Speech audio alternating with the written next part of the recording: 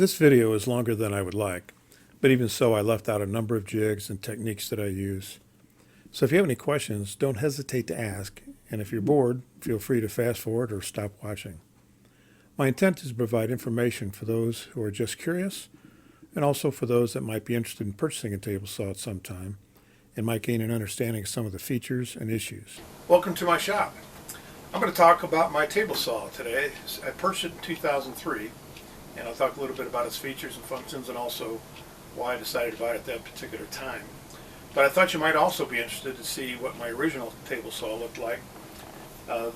This is it on the front cover of the 1951 Sears Power Tools catalog. My dad bought it used. I was with him when he purchased it. He bought it from a man that lived across the street from my uncle. The gentleman was dying of cancer and selling off all those tools. It was a pretty typical contractor saw at the time. There's a little better picture here a couple pages in.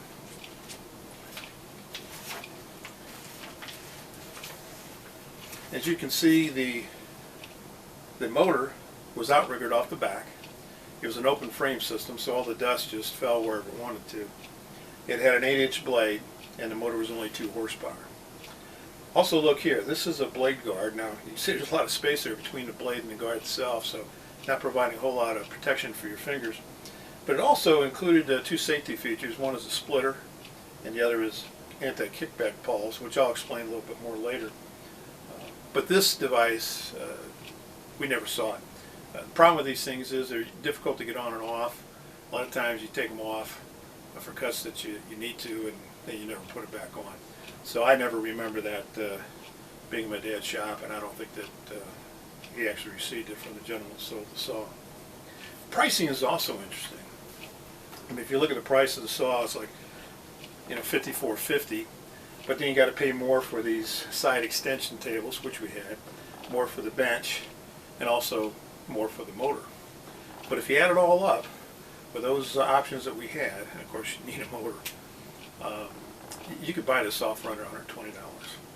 And I'll tell you, that was a little cheaper than this one I bought in 2003, which in fact was like 10 times that amount. So let's go ahead and talk more about this saw and why I purchased it. My table saw is located on a wall near the door of the shop. In big shops, of course, the table saw would typically be right in the middle of the shop with a big outfeed table. Of course, I don't have the luxury of that. So just like the rest of my major tools, it's on a mobile base.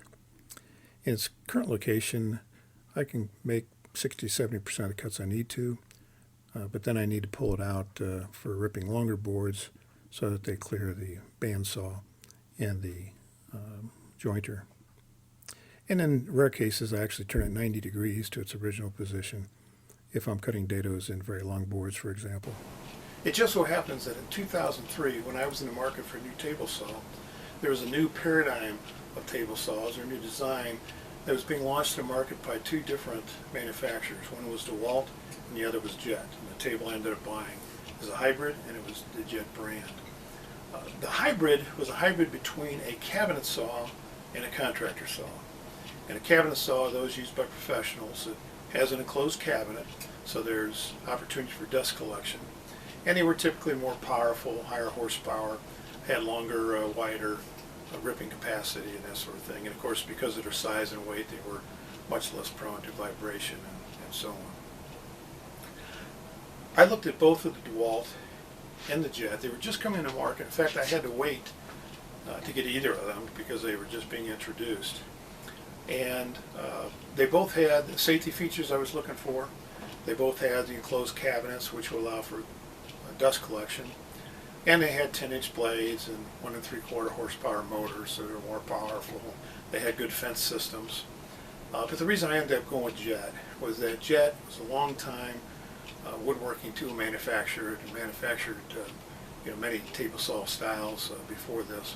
Whereas DeWalt was new to this was their first table saw that they'd ever brought into the market. And in addition to that, while they both had sliding tables, which is a neat feature, and I'll talk more about that later, the DeWalt, the side extension tables were pressed metal, kind of basically sheet metal, whereas these were, on this Jet model, were cast iron. So that's really what led me to deciding on the Jet, was Had all the features of DeWalt, but it also had the cast iron sides.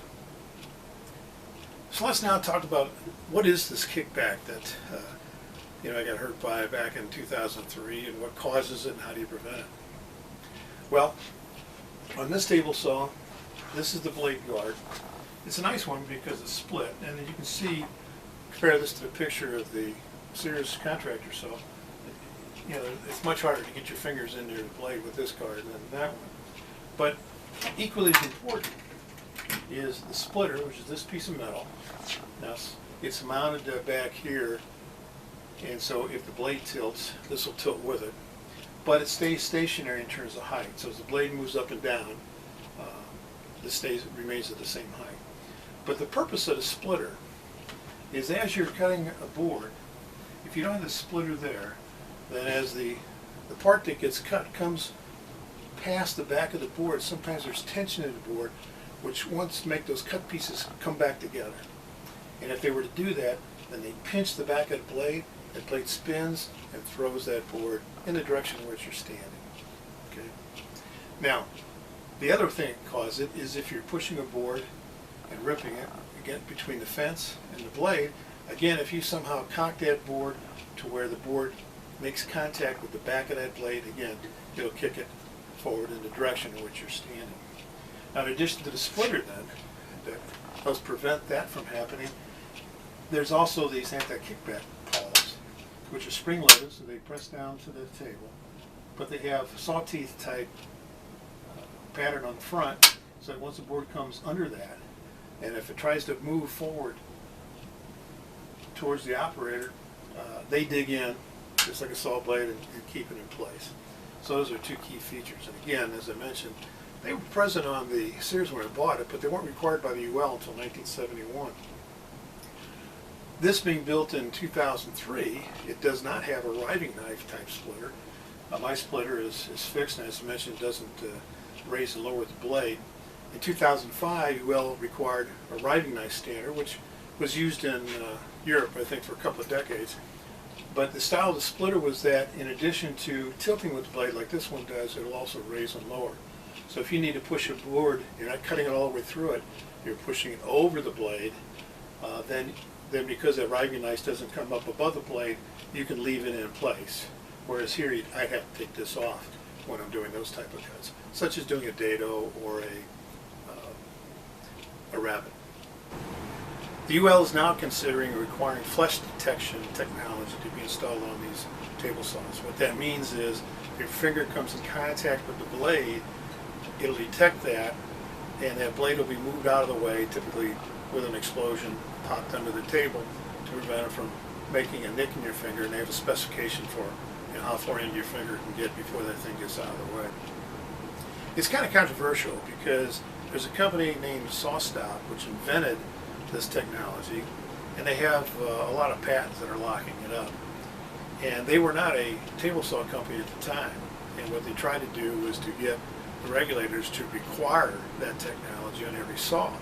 Well, they're the only ones that had the technology, so that meant that every manufacturer would have had to purchase their technology and of course pay royalties, which meant their products would be more expensive. In addition to that, they'd have to re-engineer their products to accommodate that. That didn't get all the way to regulation back then, and SawStop started their own table saw company, which I thought was appropriate, and marketed on their own. And it's a very successful product. But as of today, the UL has not required that technology, flesh detection technology, on existing table saws, although it's still under consideration.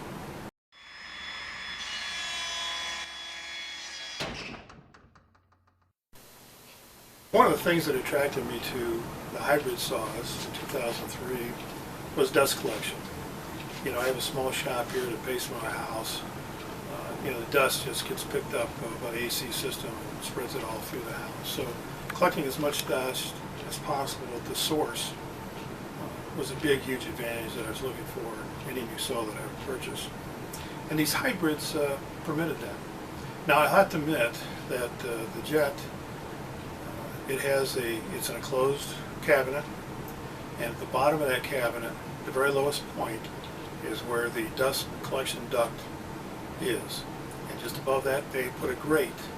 And the intention was that the grate would catch any, cutoffs or something would fall down there to prevent them from, hitting your impeller of your dust collector and damaging it. Well, it doesn't work so great. The dust tends to collect, build up, and once it gets above the grate, you don't have dust collection anymore, you got dust capture.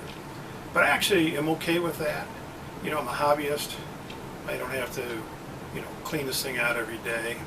And it does get rid of some of the dust, just the grand majority of it's left behind in the cabinet. But it's captured in the cabinet. And then I empty it, maybe twice a year. So it's not that big a deal to me. And initially I thought the DeWalt might have better dust collection. But in reviews I read afterwards, not by professional reviewers or magazines or anything, but by users, they said dust collection wasn't so great on it either. 80% of the dust ends up in the cabinet, but the rest of it ends up on the surface of the table. And so I decided to add dust collection to the tabletop as well.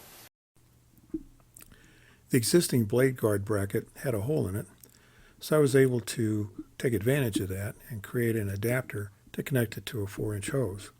Of course, I made it out of wood because I'm a woodworker, and Don would have probably made it out of metal. The hose has a friction fit adapter so that I can easily remove it and stick it out of the way whenever I have to remove the blade guard. The miter gauge can be bolted into the sliding table in 3 different positions. Shown here is the primary position, and probably 90+% of the cuts I make on the table saw, at least cross-cutting, have the miter gauge in this position. Shown here is the miter gauge in the same primary position, but now it's been adjusted to cut a 45-degree angle, and that would be the second most common angle that you would cut with a cross-cut saw. Here is the miter gauges installed in the second position, and in this position you can cut angles between 90 and 135 degrees. This is that same setup, just showing you the back of it.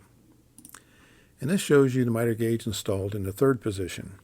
It's basically for cutting 90-degree angles, but the gauge is mounted on the back end of the sliding table. And probably over the 18 years I've owned this saw, I've maybe used it in this position maybe 2 or 3 times at the most. First of all, let me talk about the miter gauge. I've already mentioned how it can be mounted in 3 different positions. This is the position I use it in, 95% of the time. But the fence, to adjust the angle, you simply loosen the handles. You have a cursor here that you can use to, or you can of course use some other device to accurately measure the angle. You tighten it down and you're ready to cut. The great majority of the cuts I make are 90 degrees. So tighten it down there. Then this isn't the original fence. I use it somewhere else, but I replaced it with this one. This one can be adjusted. Basically I made the fence. Bought an extrusion and put this rod in it, adjust it to the length I want, and tighten it down. It's not going to go anywhere. And I also have this stop, and the stop can be positioned anywhere along the fence. But if you're making a long cut, you're typically in a position at the end. It also has a screw here. Don't know if that's visible in the video. That can be used as a micro adjust. So if you're just about on, but you need just a little bit more or less, you can adjust that screw. That'll push the material in and around. Once you got that all set up, you're ready to go. Cut. Let's take a look at the table. First of all, the table normally is in this position. It's locked in position. You just turn this knob a quarter turn, and it's free to move. It moves very nicely, very smoothly. And as you can see, it has a slide here, it has a slide on the side. So it slides very smoothly.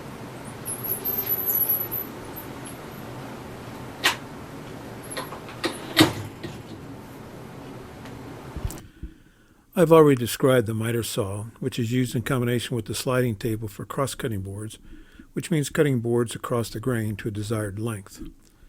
The table saw fence, or more specifically the rip fence, is used for ripping boards or cutting them along their length to a desired width. The fence is mounted to a front rail and is guided but not attached to a back rail. While the fence can be positioned anywhere along the rail, including to the left of the blade, it is typically used to the right of the blade, because in this case the blade is left tilting. I have only positioned the fence to the left of the blade less than a half dozen times in the 18 years that I've owned the saw for one operation or another. My saw has enough space between the right side of the blade and the end of the rail to allow a board to be ripped to 32 inches wide. There was a model with longer rails, but this is the biggest saw I could practically accommodate in my shop. This is the locking lever, which is raised to move the fence and lowered to lock it. The fence moves quite smoothly across the rail. The thing I like best about this fence is its accuracy. It has a double-lined cursor. You move your head until the lines are on top of each other, and then slide the fence until the rip width you want is under the double line. It is spot on. I have only had to recalibrate it once, and that is when I changed out a full-width blade for a thin kerf blade. I can rip a board to a specific width, and a week later, after having used the saw for various other cuts, set it up for the same width, and the two boards will turn out identical in width. The fence also has a micro-adjust feature, which is a rubber wheel, which you press down on and turn slightly in one direction or the other to make slight moves of the fence. It works okay, but not great. Problem is, dust settles on the rail and causes the wheel to slip. I hope you enjoyed this. I think hybrid saws are the perfect saw for a small home shop. The DeWalt hybrid is no longer made. The only table saws that DeWalt makes now are those job site saws that have a folding stand. Jet no longer makes the Super Saw, which was the name of the original hybrid that I purchased. They have replaced it with what they call Pro Shop 2. It is very similar in appearance to the Super Saw, but it does have a riving knife splitter and comes with either stamped steel or cast wings. It has an improved dust collection and a different style fence, although I'm very happy with the fence that I had. As far as I can tell, they no longer offer a sliding table option for this saw. Grizzly also makes a hybrid. It has a 2 horsepower motor, it has cast wings, and it's just a little cheaper than the Jet saw. I don't believe there's a sliding table made specifically for this Grizzly saw. Well, that's it. In another video, I will highlight some of my favorite jigs that I use on the table saw. See you at B&O.